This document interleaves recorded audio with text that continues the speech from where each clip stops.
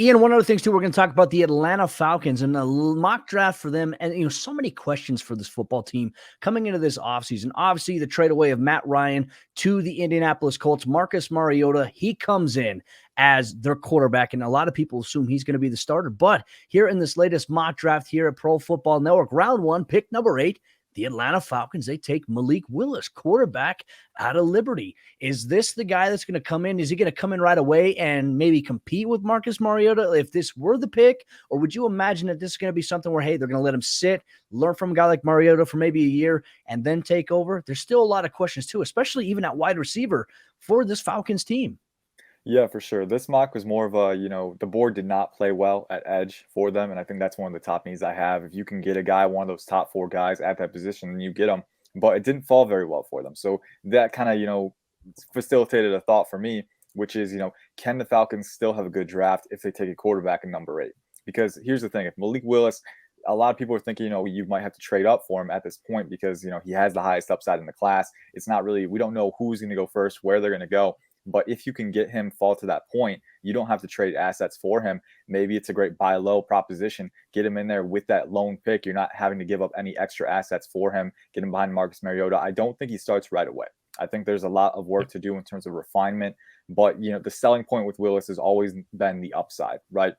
Elite athleticism in the short range, very good creator in the pocket, can extend plays, get out in space. And then the arm, too, has the velocity to, push it down the field in some tight windows. So it's really a moldable ball of clay that you're working with at the quarterback position. And I know they met with him as well. So, in that meeting, you kind of discern, is he a guy mentally that we want to work with and that we can develop? And if you make that distinction, you say he is, then what he is right now doesn't matter as much because you're thinking about what he can be, especially when he has time to learn behind Marcus Mariota being that bridge quarterback.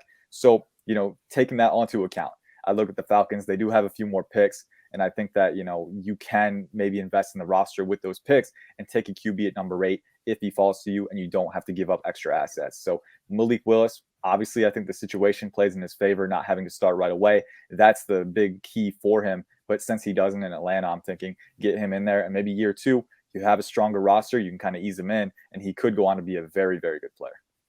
Yeah, I think it's very much going to be dependent on how this board falls because the Falcons have so many holes on their roster.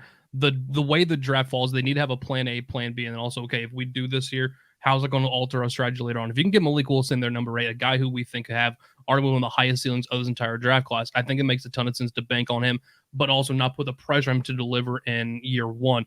You talk about edge being a critical need. That is one of the biggest needs of this Atlanta Falcons team. They need to be able to generate some pressure. For you in this draft, they actually get a little bit of a steal here, at least in terms of your big board and how your rankings are set up here at pick 43 of the second round with Arnold Ebiketie, the edge rusher out of Penn State. This kind of seems like the best of both worlds. We needed the top-tier talent with Malik Willis falling to, and then the draft just kind of seemed to work out here. Were they able to get a talented edge rusher here sitting here in the second round?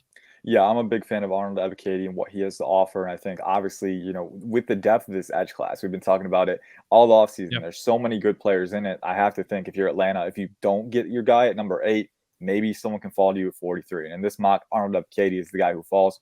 I love the tools that you're working with here. A little bit on the smaller side, around 6'2", 3/8", 251 pounds. But, the big key here is that those 34-inch arms, all right? He has very good proportional length. And with that length, he can get to the contact point sooner. He can leverage a ton of power at the contact point. He can, establish that anchor, get around the edge. He's got great ankle flexion, great hand usage as well. I think that's an underrated part of his game. But violent hands, not just violent, but calculated, can be precise, can clean up the usage a little bit at times, but it's all there for him. And he's going to be a little bit of an older rookie, but I do think he's a guy who can come in and make an impact right away with that, explosiveness, twitch, ankle flexion, length, a very complete profile outside of the size, which he already kind of counteracts with his arm length, right?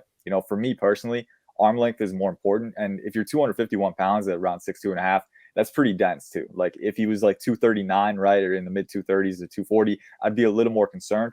But having that 251-pound frame, he does have the play strength to hold up on the edge. So it's not a huge concern for me. And I think especially with Atlanta, I think you could get him in those odd fronts, play him as a stand-up edge rusher, and he could really eat from there. So I'm a big fan of Ebiketie. He's a top 15 player for me. If he gets to this point, you run to the podium and you take that guy. When we talk about the Falcons needing some wide receiver help, now they have another pick here in round number 2 that they received from the Tennessee Titans, and then in round 3 they have pick 74. So they go and double dip here in this mock draft here. You have them taking John Mechie III, wide receiver out of Alabama, at pick number 58, and then at pick number 74, add in Justin Ross out of Clemson. Now all of a sudden it's like, okay, hey, this offense now has some additional weapons to throw to alongside Kyle Pitts, who's just a unicorn in a sense when we talk about athleticism, maybe what he can do. People say, oh, he's a tight end. Here's the deal. He's going to line up everywhere, outside, inside, he's a weapon. inline. He is an athlete that you can line up anywhere. I wouldn't even be surprised this year if they line him up in the backfield next to the quarterback in certain formations in Atlanta with a Malik Willis or with a Marcus Mariota, if that is the case here based on how this mock draft goes. But your thoughts here on them really double dipping with these two guys at wide receiver?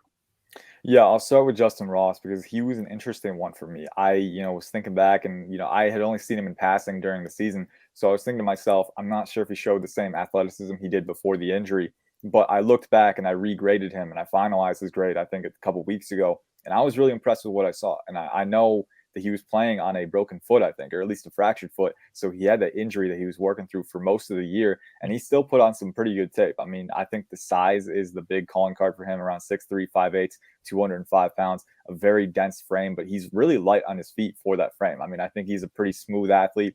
Never going to be that, all-out speed guy, right?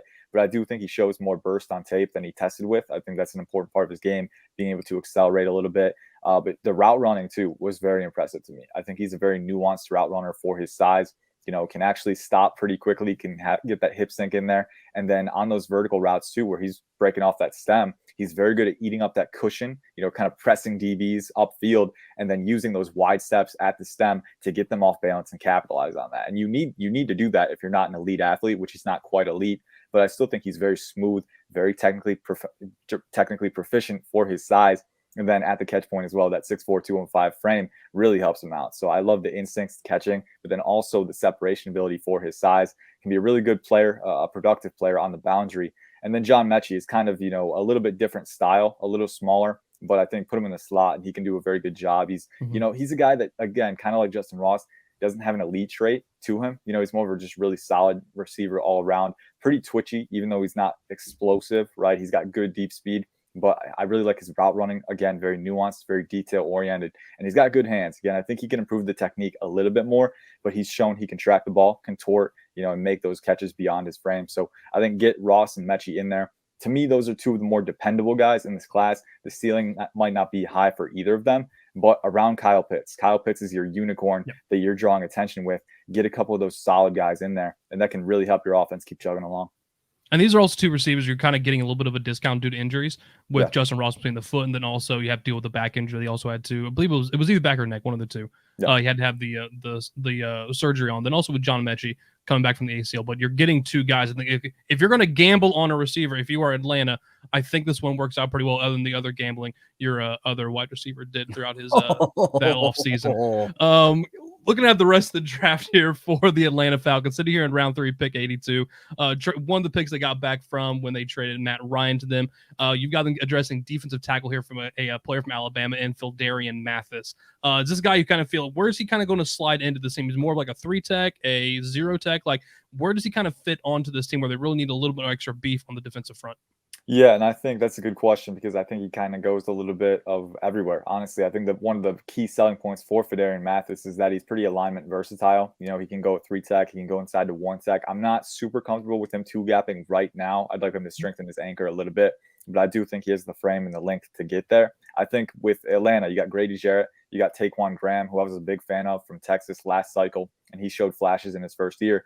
I think you can put those guys at 3-tech, and I think putting Phildarian Mathis in the middle of those alignments could be very good. And then he's got the high motor to go out at 3-tech as well and produce from there. Violent hands, really combative attitude. Not an elite athlete, but good enough, again, to hold his own there. So I think what you're getting with Mathis is just a guy who you can kind of move around, be that kind of key to the defensive line, let other guys move around him as well, and kind of mix and match based off of that. You want to be multiple. You want to be varied and versatile with your alignments in the modern NFL. And I think Mathis, while he's not an overly dynamic player on his own, does allow you to do more of that. Something to keep an eye on there for the Atlanta Falcons. Let's take a look at the rest of the mock draft here for the Falcons, how it shapes up after round number 3. Round number 4, pick 114, Dylan Parham, an offensive lineman out of Memphis. And then in round 5, pick 151, they take Josh Paschal, edge rusher out of Kentucky. And then in round 6, at pick 190, Kyler McMichael, a cornerback out of North Carolina. And then they close things off with Kalia Davis, defensive tackle out of UCF. So the Atlanta Falcons addressing a lot of depth